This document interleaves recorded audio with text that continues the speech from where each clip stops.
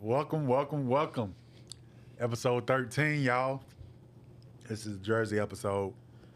Baseball season, playoff season. Yes. You know, we keeping it alive. We ain't talking that jive. Lakers in 5.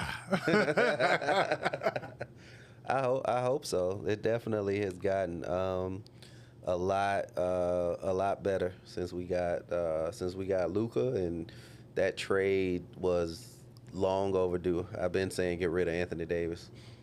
Well, Mr. Glass, you know. Exactly, Mr. Glass. You say Luka. Mm-hmm. Is it Luka or is it? How do you feel about the coach? What's his name? I don't. What's his name? Exactly. You know his name. What's his name? JJ Redick. JJ Redick. Were you a fan? I was about to say something real bad, but I ain't gonna say it. Say it. No. Come on, Cletus. No. Come on. No.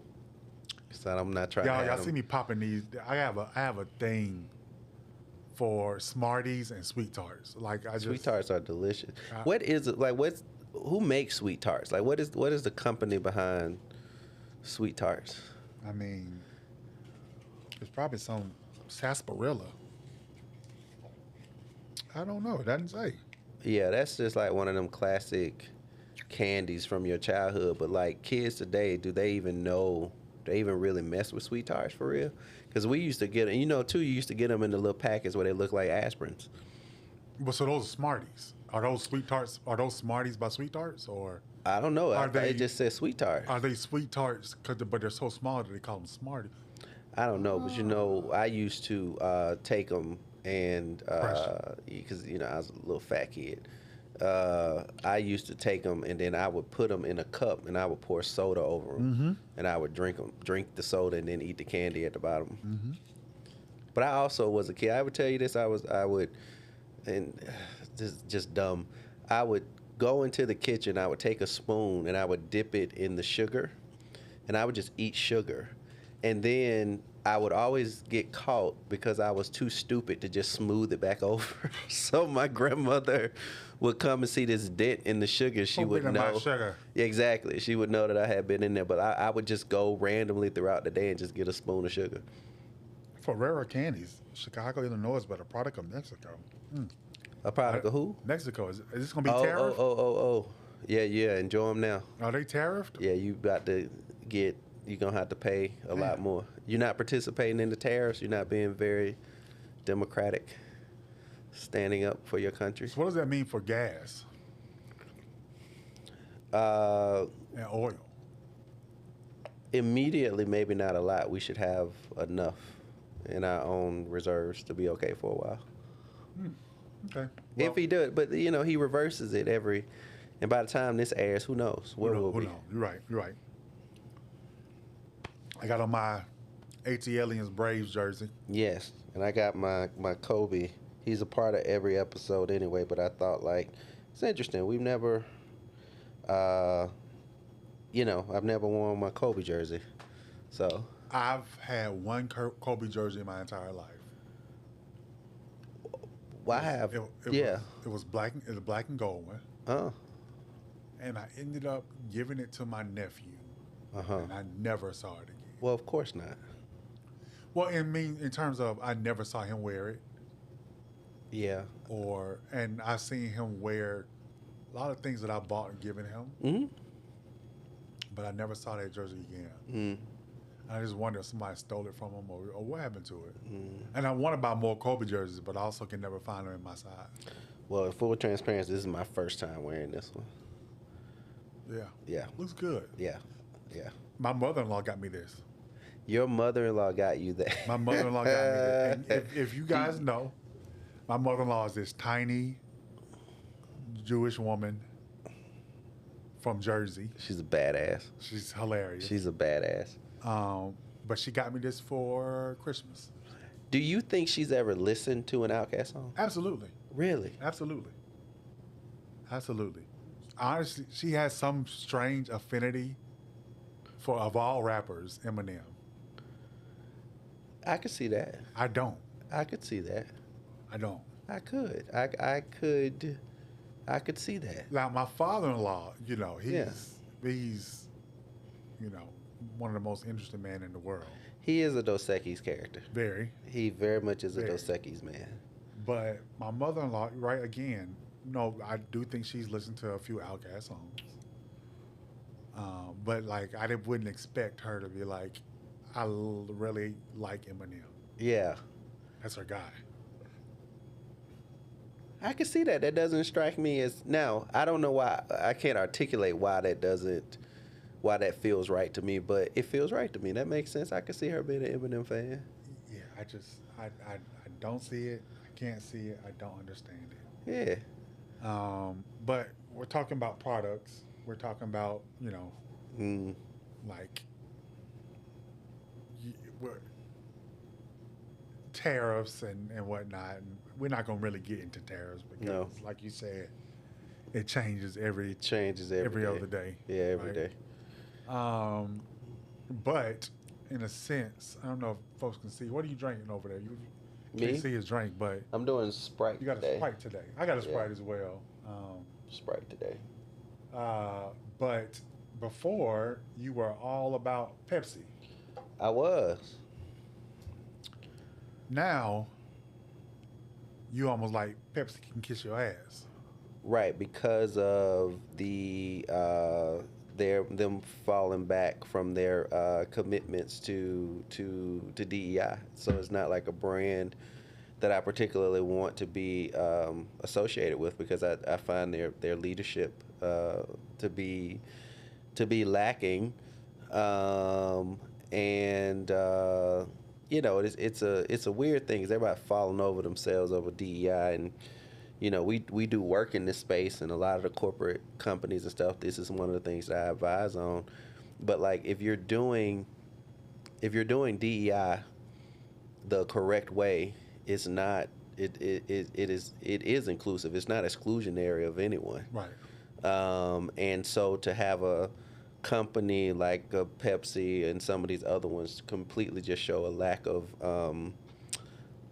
lack of vision is what I would say. It's particularly it's disappointing. So why would I go give you my money? Well, Al Sharpton called for a all-out boycott of PepsiCo. Mm-hmm. Do you think that is people are actually going to lean in that? I think that there's some folks that would. I think we're a long way from seeing like mass boycotts of things. I just don't think that that's functionally just where we are, and that's how people choose to sort of show their disapproval of stuff. But it has been very interesting here in recent times to see that tactics like that still have some level of effectiveness. And I think the most notable example is Target, where they continue to struggle. And then other companies like Costco are seeing the benefit of that. So like Target has gone down and Costco has seen increases. And I think though, but it's what's interesting is that we see now that boycotts still have like a relevancy. And I think it was a question mark about how effective that could still be.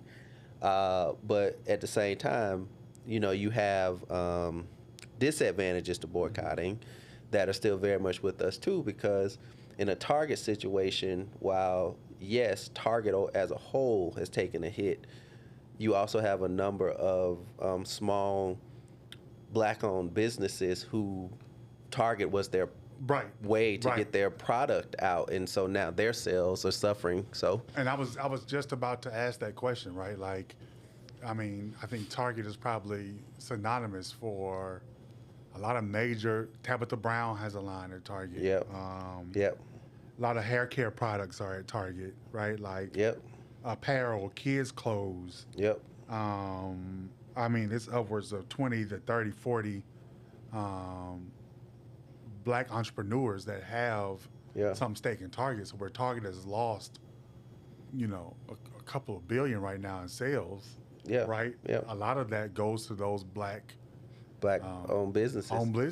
And I'm in that a little bit. I have a ownership stake in a hair care company, and so in terms of how we grow, right? Like we have to rethink that, right? Like a major retailer like Target can't be on the list anymore because the sales, aren't there. And not only are the sales not there, Target would look at us and our product because it's products that cater to African American men. They might look at us and say that's DEI, so we don't know that we can have that in our store. So there's definitely been a in all of this, while a lot of people are celebrating, right, success in some ways on this, though, there is a flip side of it around some adverse impacts that have hit smaller to medium-sized Black-owned businesses. Like, can you give me an example?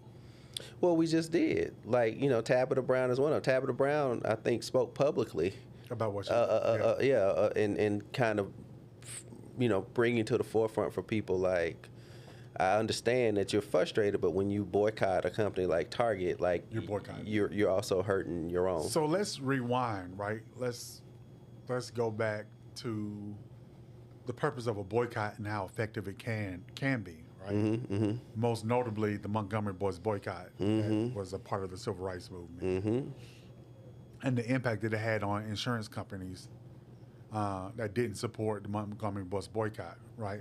So for folks who don't know, a lot of insurance companies dropped people who participated in Montgomery Bus boycott. So in a sense, of course, Rosa Parks was the key linchpin, was an African-American woman who didn't get up in front of the bus. She said she was tired.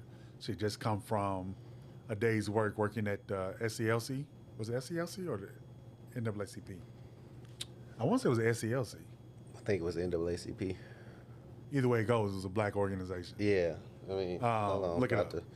I'm about to look. Guys, forgive us. I mean, if you are riding your car, you listen to this, you probably going to correct us and say it was the... No, I'm positive it was the NAACP. NAACP? I'm certain. Hold on. Well, while Kevin's looking it up, she didn't give up her seat, but this was already kind of planned in that notion, and it sparked this movement to where no person of color and even some participating whites chose not to ride the public transit or the buses in Montgomery, taking a hit. Well, ironically enough, those who chose to ride in the carpool, their insurance companies dropped them from their insurance. And so there's a guy, Alfonso Herndon, here in Atlanta, synonymous with education and a small business owner at the Rich Street of Auburn Avenue, decided that he was going to use his company, his insurance company, to insure anybody who participated in the Montgomery bus boycott, and which was allowed the boycott to flourish to what it was and actually prove a point. And it was successful. So when you look back on it, right, like blacks really stuck to it. They were supportive. They band together all across the South. And this was able to pass, and changes were made. And, blacks were allowed to sit anywhere on the bus. That was a successful boycott. Can we honestly think of another time where things were successful? And the only other big time where it had some impact but didn't last that long, I could think of is Colin Kaepernick. Well, apartheid. Oh, well. And divesting. Yeah. Well, yes. I didn't even. Yeah. Again, that was. That had some impacts. That's, I think, I don't think it's quite up there necessarily in people's memory as the Montgomery bus boycott. But it was a big one. And then you did kind of have Colin Kaepernick happen.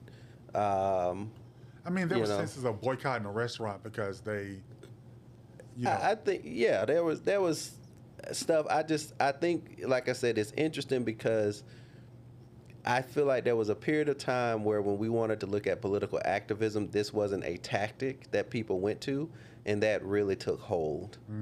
And, and now I think, in this moment where maybe we're revisiting some of that. But I think, part of the reason too that maybe sometimes this stuff isn't as sustained is because, like we said, there are also these other sides to it. So like even in the case of Rosa Parks, she became the face and the catalyst that helped to kick off the Montgomery boycott, but she herself personally struggled financially even after that. So there are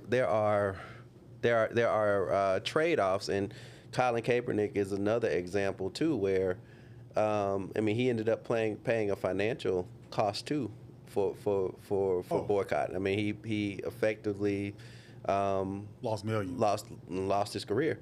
And so, and so you've seen that when we've come forward and do boycotts before, and I think that might be a big part of the reason why a lot of people don't do it. I would consider myself to be a fairly politically active and engaged person, but I don't know that I've ever participated in a mass boycott, really, because like even right now with like Target, I have not been to Target, but I don't go to Target. So I don't know. Your wife does. Jill looks like she orders things off of Amazon. Yeah, that most of what comes to the house. Well, I don't think we really get a lot of stuff from Target. Well, but this will shock no one, especially if you know my wife. But between Target and Walmart, we're definitely more Target people. Right. So we don't do, as Democrats, we don't do Walmart.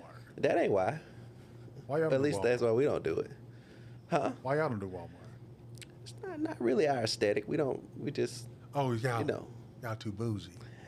Sure, it's whatever. Okay. Whatever. However you want to classify it. Sure. I love Whole Foods. I do not. I'm not gonna go to Winn-Dixie.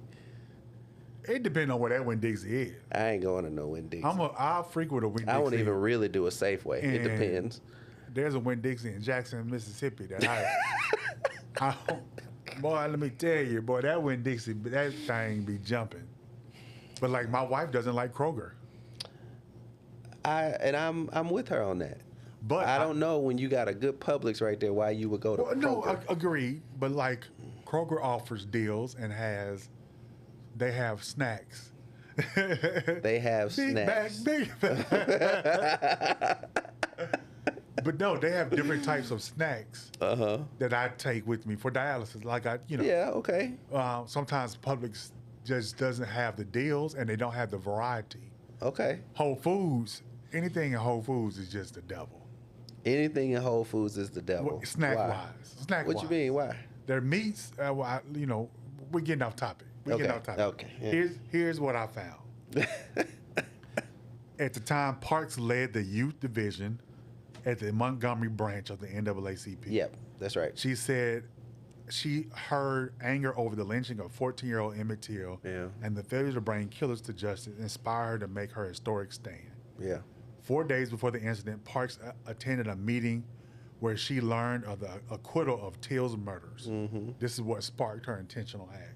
To that, yeah. Yeah. So, Yeah. And so, I don't know. It's something I would have to ask myself. What would it take for me to make a stand in that way? I've not encountered that for somebody who is very politically engaged and advocacy oriented. But I remember too. Which campaign was it? Was it Obama? I think it was Obama. Yeah, it was Obama, the first one. And Joe Lowry, Reverend Joseph Lowry, was a surrogate. Yes.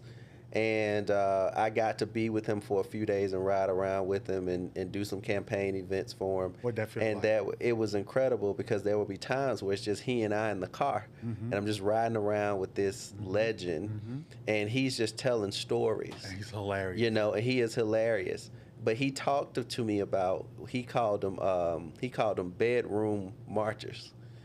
And I said, Reverend Larry, what's that? He said, well, everybody now talk about the civil rights movement and looking back at it and marching. They talk like we was all in the streets, but a lot of them was in their bedrooms watching us march, and that's all where they ever, marched. He said they was bedroom marches, and so like I've had to, contend with like, well, dang, where would I be? I don't know. And so even with these boycotts and stuff like that, I'm not participating. I a lot of what we're, I guess you could say, Kevin, you are participating. You put your Pepsi down. But I don't know. But I feel like a lot of people right now are kind of like that. It's not that we don't care. It's not that we don't have courage, and it's not that we're not like involved. But I just feel like a lot of us have just kind of gotten away from that, or it had already kind of waned as we were growing up. And so it's just interesting now to see it come back and just see where people fall. Do you think they protesting and marching and boycotting, do you think it can work? Do you think it currently works as it is now? And do you think it can work if done correctly? Well, we know it can work if done correctly. And I think it could work now if done correct. I don't have any reason to think that it couldn't. It's just a question of, can you mobilize the coalition and kind of and keep it together? And I just don't think we've seen big examples of that really, like in me and your lifetime, right? Like we talked about Colin Kaepernick, but in the context of the other examples we discussed, his was relatively small. There was no broad policy change or anything that occurred. Oh, no. It was mostly about one guy. Like nothing changed, in part because he couldn't get anybody else to come kneel with him, really. And why would those guys not do it? Because they needed their check. It shows you the power of sports, honestly, right? Yeah, right. But they needed their money. That's why they didn't do it. Well, I wholeheartedly believe had the brothers set out the rest of that season, it would have transformed lots of things.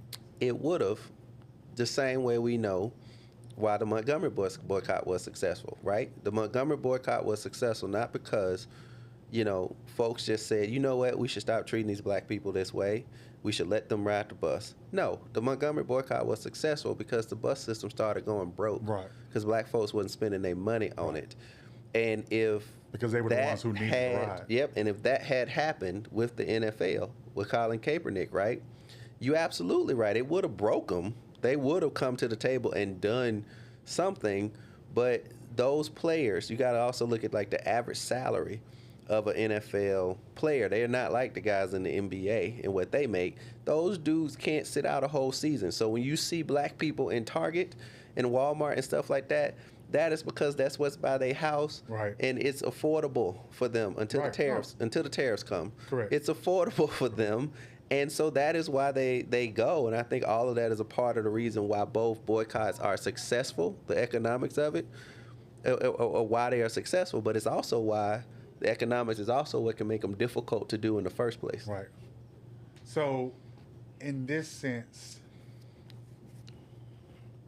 have you ever marched for anything? Have I ever marched for anything? No, I don't think I've ever participated in a march of any kind for anything. And remember, one of the things we talked about earlier in the show was I talk about being an institutionalist, right? I'm an institutionalist. I believe in institutions. I think you have to work within institutions to actually change something. I've never been a join the march person. And so you're right, I can't think of a single thing that I've ever marched. And I have a number of things that I feel very strongly about, lots of policies that I've helped to put in place and stuff like that, but that's where I work. I don't march. So I don't know. Joe Lowry might have been talking about me back in the day. You're talking about your ass. Joe talked a lot of shit. He earned it. He earned the right to. Joe talked a lot of shit. Yeah. He talked a lot. Yep. I won't say what he said about Maya Angelou. I'll keep that between us. But at the moment, he's campaigning for Obama. She had endorsed Hillary.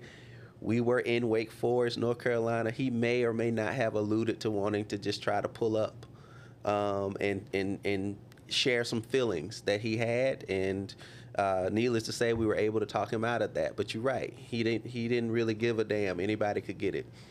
Just from knowing Reverend Lowry, Congressman John Lewis, Ambassador Reverend Dr. Andrew Young,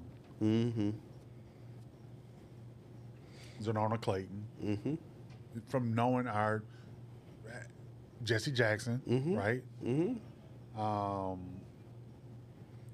Reverend Stanley, from knowing just a lot of civil rights icons. Did we do enough in terms of taking care of them? No. We sitting here in Atlanta, and it's gonna be controversial, but we sit here in Atlanta. Y'all was breaking in Coretta's house. Y'all broke in Rosa's house. No, we didn't do enough. I mean, Coretta was only able to get out of that house that y'all was breaking into because Oprah got her a condo. And then the same with Rosa Parks. They kept breaking in her house. That she was only able to get out of it because the guy from Little Caesars. I think it's Little Caesars got her a condo and paid for it until the day she died. So no, we did not do a good job taking care of them. And one of the things that I always found so fascinating, and since we in Atlanta, like the King family in particular gets a lot of criticism for this. Think about the financial choices that they had to make differently because of the criticism they would get because of who their father was, right? Coretta Scott King is a perfect example of that, right? If Coretta had gone on and gave a bunch of paid speeches and made a lot of money and stuff like that, people never would have let her hit the end of it. Or if she had done what Jackie O did and just married a rich billionaire or something like that, she would have. They would have tried to dog her out. They would have tried to dog her out, and so, and even now, Al Sharpton is an example. Jesse Jackson. There's always been controversy around their finances, right? And what do they do, and how do they actually get their money and stuff like that. And so for a lot of these civil rights leaders and stuff like that, they do face a lot of criticism, and there's difficulty. Hell, even Barack Obama, when he first left the White House and then went out there and gave some paid speeches, people lost their minds. Lost their minds because he dared to go give a paid speech and make money. So we don't do a good job of taking care of them. And I always feel like at a minimum, if you ain't voting, you ain't doing the bare minimum to honor them. Yeah, I just I think Andy had just turned 96. He done got to the mid-90s. Yeah. I was like, he definitely in his 90s. Yeah. 96. Yeah. I think Congressman Lewis was 83, 84? Maybe, yeah. When he passed. So it's always difficult just being a child of the civil rights movement or grandchild of the civil rights movement. And actually, being around them in non-political or civic engagement spaces, right? I'm there with them at birthday dinners or Thanksgiving, right? Yeah. So it's just a little bit different seeing them in that light and then transitioning over into my professional career and working with them at that level. Yeah. Sometimes it's almost like how it is now. You know how your parents still try to treat you as a little kid. Yeah. And with me, it's more so they finally saw me and stepped into a role and take charge. And it was like, damn, I can't talk to you like a little kid no more because now you're.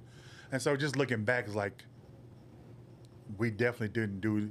And outside of just our civil rights leader, OGs, period, we don't take care of the ones who laid the foundation for us in the black community the way we should. And it's controversial, but it is. Right? I would 100%. I 100% agree with that. I don't think we do enough. You talk about the speaker circuit. Shirley Franklin is probably making nowhere near the amount of money she should as a speaker in terms of government affairs and leadership and what she's been able to accomplish as a mayor of New Orleans. Mitch Landry. As Mitch? No, she probably doesn't. But she absolutely is. Absolutely is deserving. Is deserving of it. But you see those kind of inequities across a number of sectors, and politics and government service is no different. I remember, one of the things I worked on when I was ED for the Black Caucus was establishing a House office on diversity. And part of the reason that was important was because, if you had fewer African Americans that were on the staffs of these congressional offices, the impact of that means that a lot of people, when they're done with their government service, they might go into lobbying or law firms or whatever, and they get more lucrative positions. Well, if we aren't getting work in these congressional offices, then especially on the Senate side, then we don't get to participate in that at the same rate and the same level. And even then, even after you've done it and done the same things, I talked to a lot of people, especially a lot of friends now that just left the Biden administration. Those initial offers are gone, or not as much as you would think that they were for us. And it goes all the way up to, I won't say the name, but there is a former cabinet member that from the Biden administration that's going through this as well, where they are looking at the offers as a former cabinet member, and they're getting lowballed. So, and they're a person of color, probably. Yes, completely getting lowballed. And so, you see that across the board, but particularly when it comes to our civil rights leaders and the folks who laid the foundation. A lot of times, these are folks who literally died in poverty, and not just died in poverty, but had to go through the indignity of, this is a person who I have literally put my life on the line to advance and create an opportunity, and you're gonna break in my house. Yeah. Everybody knew where Coretta lived. Yeah. You know what I mean? Everybody was, Sunset. So, so I do. I always found that particular aspect of it to be particularly, tragic. Yeah, I mean, listen, we are living in a time where we are turning over the soil when it comes to leadership, right? Mm-hmm. What's going on at the national level and at the local level is a cause for, the soil is bad. Mm-hmm. We need to plant new leaders, grow new leaders, and develop new leaders. In the same light, we don't need to shy away from what our ancestors taught us from the past, our leaders who came before us. Right. And we need to acknowledge and pay respect to that, right? Mm-hmm. I think you look at Bernie Sanders and AOC doing a lot of this cross the country tour, mm-hmm. and it seems as though he is the one passing the torch over, mm-hmm. and saying she's the new leader, she is the new mm-hmm. next in line. I want you guys to acknowledge it. We actually don't do that. Think about it. Who can you say, Clyburn or Lowry or Sheila or Maxine or, anybody. So I mean, with some of them, I've seen examples of it, but I know we were just talking about like back in the Not day. their family. No. But I'm saying we were talking about back in the day. Jesse and Martin, it was contentious. Where that was, and then Jesse ended up being one of the more prominent faces, that right? benefited. Successing as a successor to King, so to speak. But it wasn't like a King teed this up and he had tapped Jesse and Jesse was going to be the one. That wasn't what the relationship was at all. I don't think Jesse was more prominent. I think Andy was actually more prominent one. What did Jesse go on to? I think if you look at both of those presidential runs, and it's like Young went into business. He went into the administration with Carter. He went into business. He went into some other stuff, Congress, right? He went from mayor. He went from being on the outside to being more so where I am as an institutionalist. Right. Right. Jesse basically stayed in the streets. So that's what I mean by that. But it wasn't like there was this handoff. Now some people might say, well, Kevin, that's because Dr. King was assassinated. Possibly, but he lived under that threat every day. But he still hadn't said Jesse or who his person was. But there was no handoff when they're all contemporaries. Martin saw them all as contemporaries.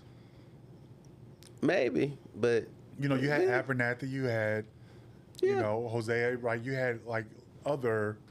I was the attorney for the civil rights movement. Everybody played their role, but I'm talking about the leaders now that didn't go on past an assassination. But you mentioned like Maxine. Like I've seen where like a Maxine Waters and a Jim Clyburn, honestly.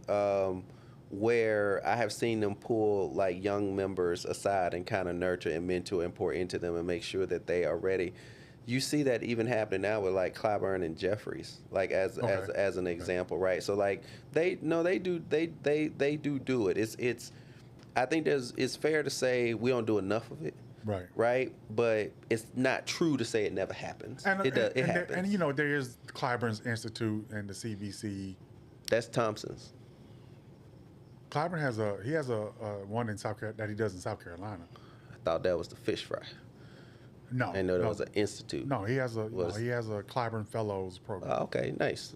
I know the CBC Institute is Thompson, and they do Benny. good work. Mm-hmm. And actually, Benny does a lot in Mississippi. Mm-hmm. He does a lot. There are some. I did run into a lot of cats in Mississippi. Actually, some of them are Morehouse men. Mm-hmm. Say that again, but I won't. That have done their things, but the pipeline, right? The pipeline of leaders. Now is the time, and hopefully, we'll see them rise up. And you don't necessarily need to run for Congress to be a leader. School boards are heavily needed, right? My guy in Louisiana, for all his worth, he is showing that he's keeping to his true self, his nature. Mm-hmm. What's his name? Big boy. Ran for Senate. I know who you're talking about. Damn, what's his name? He defeated the current Gary. It's not. It's not Gary Bell. Gary Owens. Not Gary Bell. No. Forgive us, brother, if you're listening. But I know who you're talking about. He defeated the Louisiana governor and all that they were trying to do. Yeah. Even had 50 Cent pushing for, supporting of the Republican governor of Louisiana. Yeah. Gary Edwards. Is that it? I'm not gonna sign off on. I don't feel confident enough to. Ooh, sorry guys. Yeah. But we say all this to say like we're looking at means of protest and means of activism as a way of hopefully bringing out and producing new leaders. It definitely is the time. We definitely are encouraging people to kind of get involved at the local level. And I'm going to say this, even though you questioning what's going on at the national level for the Democratic Party, look at your state and local parties, right? There are county parties, there are regional parties, and learn what your state party is doing and get involved because they have their own rules in terms of how things are done. Mm-hmm. And if you don't know how things are done, you really can't critique and question what's going on. So I always tell people to arm yourselves with the tools and knowledge that you need to go forth and become the leader that you want to see in this world. Mm-hmm. And so, you heard the chime, the beep in the background. It's always time for that special moment for our great guy, Kobe Bean Bryant. And our Mamba moment. It's always difficult for us. Kev, you got anybody in mind? Yeah, I'm wearing my Kobe Bean Bryant jersey, and it's named after him, but he's never gotten one. So he doesn't need to get one because it's named after him. No, he should get one because he Kobe. So my Mamba moment goes to Kobe for being Kobe and setting the example for excellence, and in the context of like what we were just talking about right, like a handoff and different things like this. What I always say too about like our generation, and if you're part of that younger generation that's coming up, Kobe didn't wait for it to be handed off. No. To him. He just took it. He said, I'm gonna lead. I see something that need to be done. I think I can do it and make a contribution. I'm going to go do it. And I think that we sit around a little too much kind of waiting to be asked and waiting to be invited instead of just taking the reins and just doing it. And I think that sometimes we're a little too hard on the generations before us and saying, well, they could have did more to reach down to us. So, okay, some of that might be true, but you also got to keep in mind, like, I don't know that they was being trained or that anybody certainly was making it easier. That does not mean them. That you're supposed to continue that. No, but it does mean you're supposed to have understanding and context so that you can move forward and not be stuck, because we will get paralyzed by that and then not make the decisions and the choices that we need to make as leaders today to grapple with these problems, right? That we all need to deal with. And, a lot of their day is over. They dealt with and did what they needed to do with the challenge of their times, and now we got to do the same. And so I give my Mamba moment to Kobe. And in the context of this conversation, I think one of the things that we can learn from Kobe is stop waiting. What you waiting to be asked for? Yeah. What you waiting to be invited for? Just get the ball and do it. Kobe was also asking questions to those who came before him, right? Like he did. He Michael Jordan talks a lot about Kobe being annoying. Yeah. Because he wanted to know everything. Why'd you do this? Why'd you think that? Yeah, that to me is a good model. Gary Payton talks about the same story, asking, what do I do here? How do I defend here? Where are you positioning, holding your hand? That's right. Right. That's right. Yeah. So my award is going to go to interesting guy. I met him after the Doug Jones campaign, and actually I met him on the Doug Jones campaign, and that's James Carville. I love him. My favorite. James Carville who's one of us. He's a political strategist, operative. He was most notably known for being co-campaign manager for President Bill Clinton's presidential race, him and George Stephanopoulos. And Carville. James Carville. And Magala. Paul Magala. Yeah. So you will see him on different spots now. He's still doing rounds. He's being very vocal about what he's seeing in the race, and a lot of it's still, he's still sound mind. Yep. I think he's in like mid-80s, late 80s, but... Yeah, he's like 83. Raging Cajun. About to say, he's a son of a gun. Yeah, I love him. He loved him some LSU. I remember he did an event for us for Doug Jones, and it was the day of the LSU-Alabama game. Ooh. And he said, well, big fella, as long as you get me back in time for the game, I could care less. I said, well, sir, you can listen to it on the radio. He said, well, you're right about that. I didn't think you even knew about the radio, big fella. But he loved his LSU Tigers. So my award goes to him. He has definitely been relentless in what he says, regardless of the blowback. But when you late mid 80s, who could care less at that point? Especially this last, he pissed a lot of people off. Pissed a lot of people off. A lot of people off. And he didn't care and doesn't care. Doesn't care. So I'm gonna give my award to him. He has been very responsive when I text him, ask him questions. So I just appreciate his guidance and his mentorship in some things. Yeah. So my award goes to Mr. James Carville. Yeah. You should tell people there's a CNN recently. They just did a documentary on him that he participated in CNN.